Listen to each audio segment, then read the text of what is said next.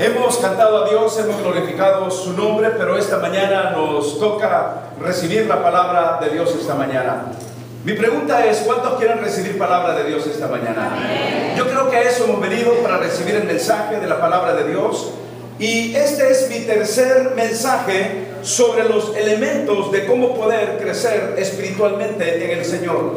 Hemos dicho en semanas anteriores, hermanos, que el punto de partida para poder crecer en el Señor es estar unido a Jesucristo. Sin Jesucristo no podemos crecer. La Biblia dice que Jesús dijo, porque separados de mí, nada podéis hacer. Y estuvimos estudiando, usted recordará, Primera de Pedro capítulo 2, versículo 2, en donde la Biblia dice, desead como niños recién nacidos la leche espiritual no adulterada, para que por ella crezcáis para salvación. Y quiero llevarlos esta mañana a uno de los elementos que nos va a hacer crecer radicalmente en nuestras vidas. Para ello, vean lo que dice la Biblia en Romanos capítulo 2, versículo 1 al versículo 2. Romanos capítulo 12, versículos 2 hasta el versículo 2 esta mañana. Carta del apóstol Pablo a Romanos en el capítulo 12, versículos 1 y 2. ¿Están conmigo, hermanos? Romanos capítulo 12, versículos 1 y versículo 2. Vean lo que dice la Biblia. Leamos juntos estos dos versículos esta mañana. 1, 2 y 3. Así que, hermanos, os ruego por las misericordias de Dios que presentéis vuestros cuerpos en sacrificio vivo, santo, agradable a Dios, que es vuestro culto racional. Versículo 2. No os conforméis a este siglo, sino transformaos por medio de la renovación de vuestro entendimiento, para que comprobéis cuál sea la buena voluntad de Dios, agradable y perfecta. Una vez más, no os conforméis a este siglo, sino transformaos por medio de la renovación de vuestro entendimiento, para que comprobéis cuál sea la buena voluntad de Dios, agradable y perfecta. Si yo quiero, hermanos, crecer espiritualmente en el Señor, uno de los elementos trascendentales en mi vida tiene que ver con lo que dice el versículo 2. No debemos de conformarnos a este siglo, sino que debemos de transformarnos por medio de la renovación de nuestro entendimiento, para que de esa manera podamos comprobar que la voluntad de Dios es buena, es agradable y que también es perfecta. ¿Qué está queriendo decirnos el apóstol Pablo esta mañana? Nos está diciendo el apóstol Pablo que lo que necesitamos, hermanos, para crecer radicalmente en nuestra vida como cristianos, hay que renovar nuestra manera de pensar. Hay que cambiar nuestra mente, hay que cambiar nuestros pensamientos. Si quisiéramos parafrasear este versículo, diríamos que el apóstol Pablo dice, cambia tu manera de pensar para que también así cambie y sea transformada tu vida. ¿Sabe por qué muchas veces, hermanos, los seres humanos no pasamos y no salimos del punto en donde estamos? Porque no estamos renovando nuestra mente en Cristo Jesús. No estamos hablando de un autolavado de cerebro, no estamos hablando de una autoterapia, estamos hablando de una realidad que debemos tomar en la vida como hijos de Dios. ¿Cuánta gente puede, por ejemplo, tener principios de autoterapia y estar cambiando de lo negativo a lo positivo, de lo bonito o de lo malo a lo bonito, o de lo bueno o de lo malo a lo bueno? Y podríamos tener tantas normas de terapia, pero solo pueden ser terapias pasajeras. Lo que Dios desea en nuestras vidas es un cambio radical de corazón, una renovación radical de corazón, que sea capaz de transformar totalmente nuestra vida y nuestra mente. ¿Sabe, hermano, por qué es necesario reformar nuestra mente? Porque no podemos corregir un problema con la misma mente que generó el problema. Si yo pretendo corregir mis problemas con la misma mente con que yo creé los problemas, no voy a salir adelante. la manera en que yo voy a salir adelante, la manera en que yo voy a dar un peldaño más en la vida de mi crecimiento, precisamente tiene que ver con reformar mi forma de pensar. Y mi forma de pensar no la puedo renovar a menos que yo esté metido en este libro maravilloso que es la Biblia, la palabra de Dios. ¿Qué significa la Biblia para usted? ¿Qué significa la Biblia para mí? ¿Qué significa la Biblia para los creyentes? Para nosotros los creyentes, este libro maravilloso significa la voluntad de Dios para mi vida. Significa el deseo de Dios para mi vida. Significa que Dios me habla aquí a través de su palabra. Significa que toda mi norma de conducta moral y espiritual está basada ¿en dónde? En la palabra de Dios. Si yo un día escribiera un libro, si muchos escritores han escrito libros maravillosos, que son libros muy buenos, hay que visitar los libros, pero ¿a quién debería de creerle usted? ¿A los libros escritos por los hombres o al libro de Dios que Él ha dejado para cada uno de nosotros? Pregunto esta mañana. ¿Creeríamos a la Biblia, la palabra de Dios? Porque este libro fue inspirado por Dios y dice la Biblia que es útil para corregir, para enseñar, para instruir, para redarguir y para instruirnos en justicia. La manera, hermanos, en la cual yo voy a transformar, renovar mi mente y mis pensamientos tiene que ver con el estudio directo de la palabra de Dios. Siempre hemos dicho dos cosas. Cuando oramos, hablamos con Dios, pero cuando leemos la Biblia, Dios habla a nosotros. Si usted descuida la lectura de la palabra de Dios, no hay forma de renovar su mente, porque todo lo que Dios quiere que nosotros hagamos en renovación de nuestra mente está aquí en su palabra. Me gusta el pasaje que memorizamos esta semana. ¿Cuántos se recuerdan del pasaje que memorizamos esta semana? ¿Cuán dulces? ¿Cuán dulces a mi paladar son que tus palabras, más que la miel a mi boca? Cuán dulces son a mi paladar tus palabras, más que la miel a mi boca. Imagínense cómo el salmista David se deleitaba, hermanos, en la palabra de Dios, que llegó a considerar que la palabra de Dios a su paladar fue más dulce aún que la miel a su boca. La miel es deliciosa, ¿no es cierto?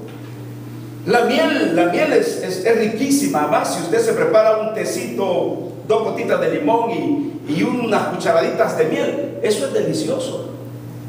Pero, ¿qué está diciendo David?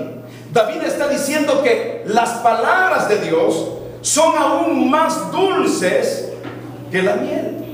¿Por qué decía eso David? Porque él había experimentado que para renovar su mente, renovar su corazón, lo que necesitaba es cada día estar en la palabra del Señor.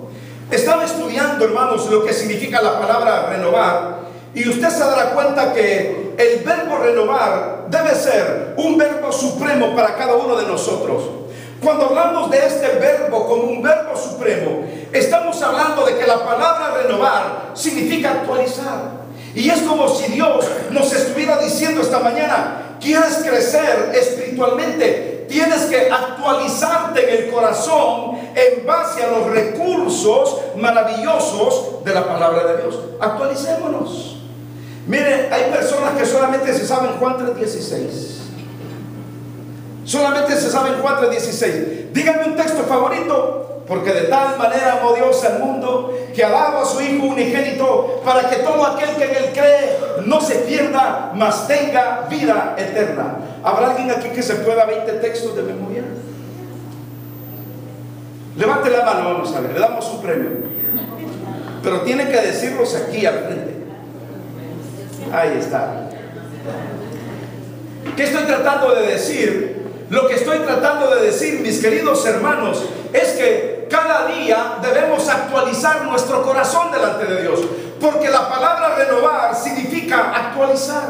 Hay creyentes que no han pasado del mismo peldaño desde que conocieron a Cristo. Lo único que saben es que son salvos, que han sido perdonados, pero no van más allá de su crecimiento espiritual. Usted y yo necesitamos actualizarnos todos los días. Otra palabra de este verbo significa refrescar. Hermano, necesitamos refrescar la mente. Necesitamos que Dios haga una obra maravillosa. Mire, como decía yo el domingo pasado, hay cosas tan pequeñas que se van acumulando y que van estorbando nuestro crecimiento espiritual. ¿Se acuerda la comparación que hicimos la semana pasada? Yo decía que todas las termitas del mundo juntas pesan 10 veces más que todos los seres humanos juntos. Usted decir, el pastor está loco, ¿de dónde sacó esa estadística? Es una realidad. Todas las termitas del mundo que se encuentran en los bosques, en las casas, en los closets, si las pusiéramos juntas, pesarían 10 veces más que todos los seres humanos juntos. ¿Y sabe cómo son las termitas? Son tan diminutas, son tan pequeñas que usted casi no las puede ver. Muchas veces, decía el domingo pasado, vamos acumulando cosas y cosas y cosas y cosas que van generando un peso tan grande en nuestro corazón que no nos permiten renovar nuestra mente en el Señor. Por lo tanto, necesitamos refrescar nuestra mente en el Señor. Pero hay una cosa más que yo encontré acerca de la palabra renovar. No solamente significa refrescar, no solamente significa actualizar, y me gusta esta palabra significa desempolvar. Cuando usted está renovando su mente, usted está desempolvando su mente de tanto polvo y de tanta basura que con el tiempo llegamos a adquirir. Hermanos, agarre, fíjese bien, agarre, ¿cómo se llama esa cosa? El plumero. ¿Plumero? Si no es plomero, los plomeros son otra cosa. El plumero, lo que sacude las cosas. ¿Sabe cuál es el sacudidor de los cristianos? La Biblia. Agarre la Biblia, hermano. Sacudámonos el polvo de nuestra mente. Digámosle a la falta de perdón, hey, vas afuera. El resentimiento, vas afuera. Los malos pensamientos, vas afuera. Necesitamos desempolvar nuestro corazón, limpiarlo, actualizarlo para poder crecer. Por eso Pablo nos está diciendo, no os conforméis a este siglo. Cuando usted se conforma a este siglo, hermano, está viviendo en la misma. Mire, hay gente que no sale de lo mismo. En sus pensamientos religiosos, en sus pensamientos morales, en sus pensamientos espirituales, en su forma de vivir, en su forma de carácter, no sale de lo mismo. Hace muchos años estuve yo evangelizando con algunos hermanos aquí en el parque Morgan de Baldwin Park, y estaban dos señoras, y comenzamos a hablarles del amor de Jesús. Y cuando les hicimos la invitación para conocer a Cristo, ¿qué creen que nos dijeron estas dos señoras? Una de ellas dijo, ¿sabe qué, pastor? Yo creo en Cristo, yo creo en Dios, pero yo no puedo cambiar de religión, porque en la religión en que yo nací es la religión en que mis padres me han dicho que yo debo morir.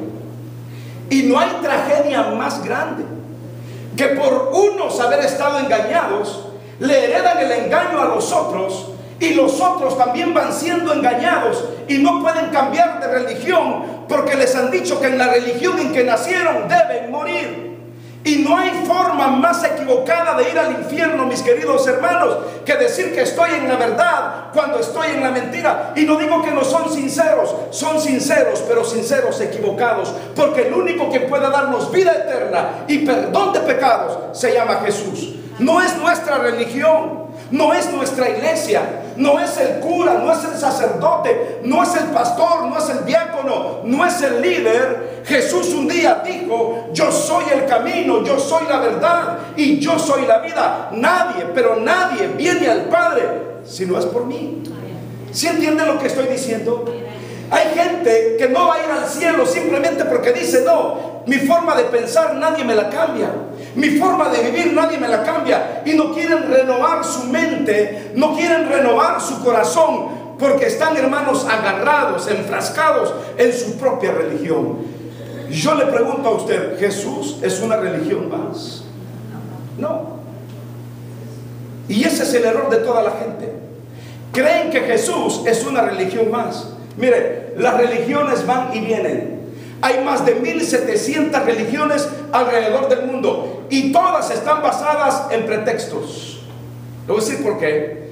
Como decía mi padre, me decía: hijo, cuando un hombre no tiene religión, lo que hace es inventarse una.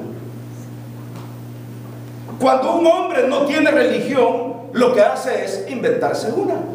Y de aquí que tenemos a los Rosacruces, testigos de Jehová, y de aquí que tenemos, hermanos, a los mormones, a los musulmanes, y de aquí que tenemos a todas las religiones del mundo.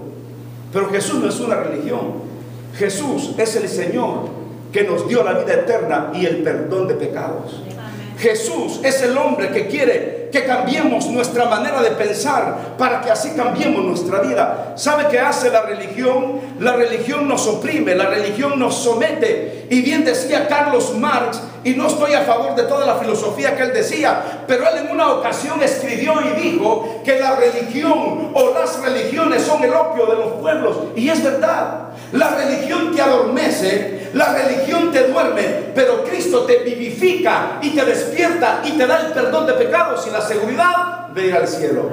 Como decía yo hace unas semanas, fue Carlos Marx que murió por ti, fue Vladimir Lenin que murió por ti, fue también este hombre Buda quien murió por ti, fue Mahoma quien murió por ti, fue Confucio quien murió por ti. ¿A cuántos han salvado estos hombres? ¿A cuántos han cambiado las vidas estos hombres? ¿A cuántos les han renovado la mente y les han transformado el corazón? A ninguno. Porque la religión oprime, porque la religión te duerme, pero el Señor Jesucristo te da vida y vida en abundancia.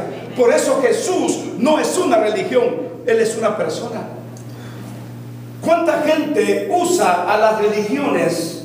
Porque las religiones vienen a ser como objetos muchas veces para alcanzar lo que quieren. Mire, a Jesús no se le usa, a Jesús se le relaciona. Las cosas son para usarse, las personas son para relacionarse. Jesús no es algo, Jesús es alguien. Jesús no es eso, Jesús es Él. Y Él es el Salvador de nuestras vidas. Y por eso Él quiere renovar nuestra mente y nuestro corazón. Y vuelvo a lo mismo, mucha gente no quiere salir de sus pensamientos porque tiene miedo de decir, ¿qué van a decir de mi religión?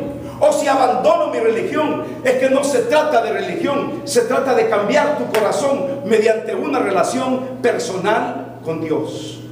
Con Dios. Y por eso Pablo nos exhorta esta mañana y nos dice: sino que transformaos por medio de la renovación de vuestro entendimiento. ¿Y cuál es el resultado de renovar nuestro corazón, de renovar nuestra mente, de renovar nuestros pensamientos? Mire qué maravilloso lo que dice Pablo aquí. Para que comprobéis cuál sea la buena voluntad de Dios. ¿Y cómo es la voluntad de Dios? Bueno, la voluntad de Dios, ¿qué es? Es agradable y es perfecta. Y esa es la voluntad de Dios para nosotros. Cuando usted conoce la voluntad de Dios, usted se da cuenta que su voluntad es agradable y que es perfecta. Mucha gente tiene un concepto equivocado acerca de Dios. Mucha gente cree que Dios es cualquier cosa. Dios no es cualquier cosa. Mire, hay un movimiento religioso que se llama panteísmo. El panteísmo es una religión que cree que todas las cosas son Dios. Esto es Dios. Esto es Dios. Esta corbata es Dios. Y dicen: yo tengo relación con Dios y creo en solo lo que veo, lo que siento, lo que yo estoy viendo y lo que puedo palpar y lo que puedo sentir. Qué equivocados están, porque mi Dios no es una banca, mi Dios no es una corbata, mi Dios no es este mueble, mi Dios no son los zapatos, mi Dios es el creador de los cielos y la tierra, el que tiene el poder, el que tiene el dominio, el que tiene el control, el que es soberano sobre todas las cosas. Un día la Biblia dice que todos estaremos frente a frente delante de Dios, porque está establecido para los hombres que mueran una sola vez, y después de esto, ¿qué dice la Biblia? El juicio. Usted y yo un día estaremos frente a frente con Dios. No importa si crea en Él o no, no importa cuál es su concepto acerca de Dios, pero un día usted estará frente a Dios al igual que yo, y ahí Dios nos confrontará, y dependiendo de esa verdad que conocimos acá, Dios nos dirá: bienvenidos, benditos, bienvenidos, entren al gozo de su Señor. O nos dirá, apartaos de mí, no os conozco, al fuego eterno que está preparado para vosotros, para el diablo, para Satanás y para sus ángeles. Triste, ¿no cree usted? Pero Dios quiere que renovemos nuestra mente. Dios desea que renovemos nuestro corazón. Así que, hermanos, debemos de sacudir, debemos de limpiar el polvo de nuestra vida, de nuestra mente espiritual. Esto es como, renovar es como un ejemplo. Usted puede renovar la lista de sus quehaceres. O usted dice, por ejemplo, necesitamos renovar el techo, cambiar el techo. Necesitamos quizás renovar los muebles porque ya están demasiado viejos. ¿Qué quiero decir con esto? Cuando hablamos de renovar, hablamos también de remover aquellas cosas que no están bien en nuestras vidas. Estamos hablando de renovar nuestro corazón, renovar nuestros pensamientos. Hay que renovar las actitudes, hay que renovar nuestro carácter. ¿Sabe por qué le digo que hay que renovar nuestro carácter? Porque usted no puede vivir con ese carácter que usted tenía antes de conocer a Cristo. ¿Cómo era su carácter antes de conocer a Cristo? Mire, yo le voy a decir que hay personas que no son cristianas y lo único que les falta es conocer a Jesús, porque son personas piadosas, justas, moralistas, son personas también religiosas, son personas que tienen un solo marido, una sola mujer, buenos hijos, muy educados, muy preparados, son gente muy responsable, pero si no conocen a Cristo, lamentablemente el Señor no les dará la bienvenida cuando estén frente a frente con Él. Lo que estoy tratando de decir es que para muchos de nosotros, nuestro carácter antes de conocer a Cristo era un carácter ingobernable, un carácter, hermano, impulsivo, un carácter con palabras mal habladas, con gestos, hermanos, increíbles. Alguien no nos podía decir nada porque olvídense, ahí estábamos nosotros ya como con la respuesta. Y mucho de nuestro carácter muchas veces no ha cambiado. Mis hermanos, necesitamos renovar nuestro carácter. Y la manera de renovar nuestro carácter es renovando nuestra mente delante de Dios, renovando nuestro corazón para también transformar el estilo de vida que cada uno de nosotros llevamos.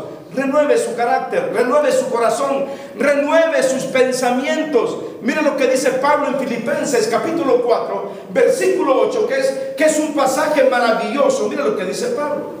Filipenses capítulo 4, versículo 8. Mira lo que dice Pablo. Por lo demás, hermanos, ¿está conmigo?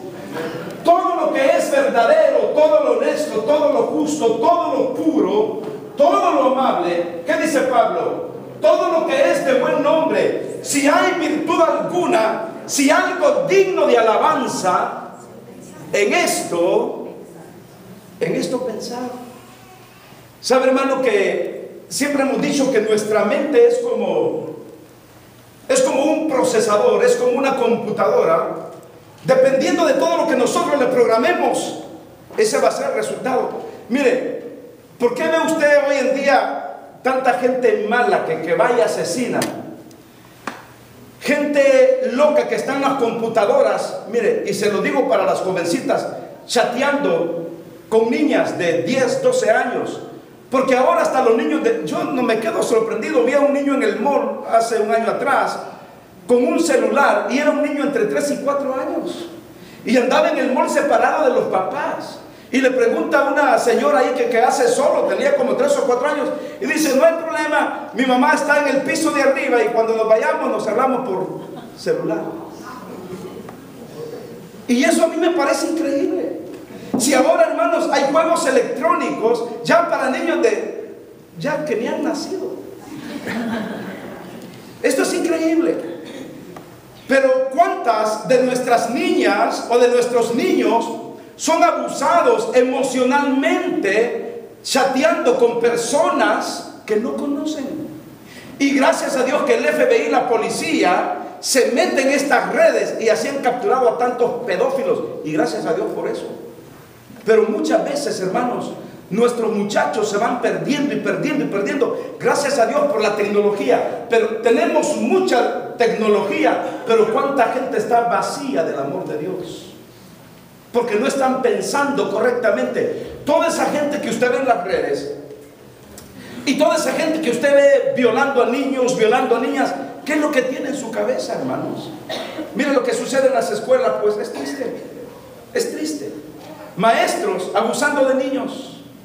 Y mire cuántos famosos no han caído precisamente porque su forma de pensar no es la forma correcta de lo cual la Biblia está hablando. ¿Sabe qué dice el libro de Proverbios? Si usted va conmigo al libro de Proverbios, en el capítulo 23, versículo 7, la Biblia nos dice: porque cuál es su pensamiento, tal es él. Proverbios capítulo 23, versículo 7, porque cuál es su pensamiento en su corazón, tal es él. En otras palabras, nosotros vivimos y actuamos de acuerdo a la manera en que nosotros pensamos. Los pensamientos establecen la base de nuestras acciones y motivaciones, porque de acuerdo a cómo usted piensa, hermano, así usted actúa. Por eso la Biblia nos habla de renovar nuestra mente y renovar nuestro corazón. Quiero terminar con lo que Pablo dice en 2 de Corintios capítulo 10 versículo 5, y miren lo que el apóstol Pablo nos dice esta mañana. 2 de Corintios capítulo 10 versículo 5. Mire la palabra de Dios.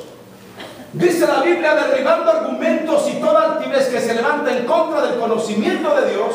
¿Y qué dice la Biblia? Llevando cautivo todo pensamiento a la obediencia a Cristo. El versículo anterior, quiero ver qué dice el versículo 4. Me gusta el versículo 4, porque usted puede decir: pero pastor, yo no puedo cambiar mis pensamientos, yo no puedo cambiar mi manera de pensar. Si usted es un hijo de Dios, si usted es una hija de Dios, ¿qué dice la Biblia? Porque las armas de nuestra milicia, ¿qué dice la palabra de Dios? Porque las armas de nuestra milicia no son carnales, sino poderosas en Dios. ¿Para qué? Para la destrucción de fortalezas. ¿Saben dónde ataca Satanás? Satanás ataca a nuestros pensamientos. Pero la Biblia dice que las armas de nuestra milicia no son carnales, son poderosas en Dios para la destrucción de fortalezas. Y ahora versículo 5: derribando argumentos y toda altivez que se levanta en contra del conocimiento de Dios. ¿Y qué dice la Biblia? Y llevando cautivo todo pensamiento a la obediencia a Cristo. El destinatario de nuestros pensamientos, ¿quién es? Es Cristo. La meta suya y la meta mía, ¿cuál es? Es la obediencia. Por eso, mis hermanos, tenemos que aprender a pensar diferente y tenemos que aprender a ver y a vivir diferente. No os conforméis a este siglo, sino renuévese, transfórmese, actualícese, desempólvese de todo aquello que está en nuestro corazón y hagamos la obra de Dios y crezcamos día con día para honra y para gloria del Señor Jesucristo. Cierre sus ojos y oremos al Señor. Padre, te damos gracias una vez más por todas tus bendiciones. Muchas gracias porque tu palabra, Señor, nos dice que debemos de renovar nuestra mente, renovar nuestro corazón. Te pido que cada uno de nosotros, Señor, pueda renovar esa mente y renovar ese corazón de acuerdo a tu palabra. Ayúdanos para permanecer en ella. Ayúdanos para poder vivir día en día en esa preciosa y maravillosa palabra. Te pido que nos bendigas, que nos guardes, y te pedimos, Señor, que todos los que estamos aquí recibamos tu gran bendición. Si hay alguno entre nosotros que dice: pastor, yo nunca he aceptado a Jesús. Quizá usted puede decir: pero pastor, yo tengo religión, pero quizá usted no tiene salvación. ¿Por qué no invita a Jesús para que entre en su vida? ¿Por qué no le dice a Cristo que perdone sus pecados y le dé la seguridad de ir al cielo? ¿Habrá alguien en estos momentos que dice: pastor, ore por mí, yo quiero conocer a Jesús? ¿Habrá alguien? ¿Habrá alguien que levante su mano? Yo quiero orar por usted. No salga de este templo sin la seguridad eterna de su salvación. El único quien puede salvarle, perdonarle y darle una vida nueva se llama Jesús. ¿Habrá alguien que dice: pastor, ore por mí, yo quiero conocer a Jesús? ¿Habrá alguien? Muy bien, Padre, gracias por tu palabra y gracias por tu amor. Bendice nuestros diezmos y bendice nuestras ofrendas, porque te lo pido en el nombre maravilloso de Cristo Jesús. Amén.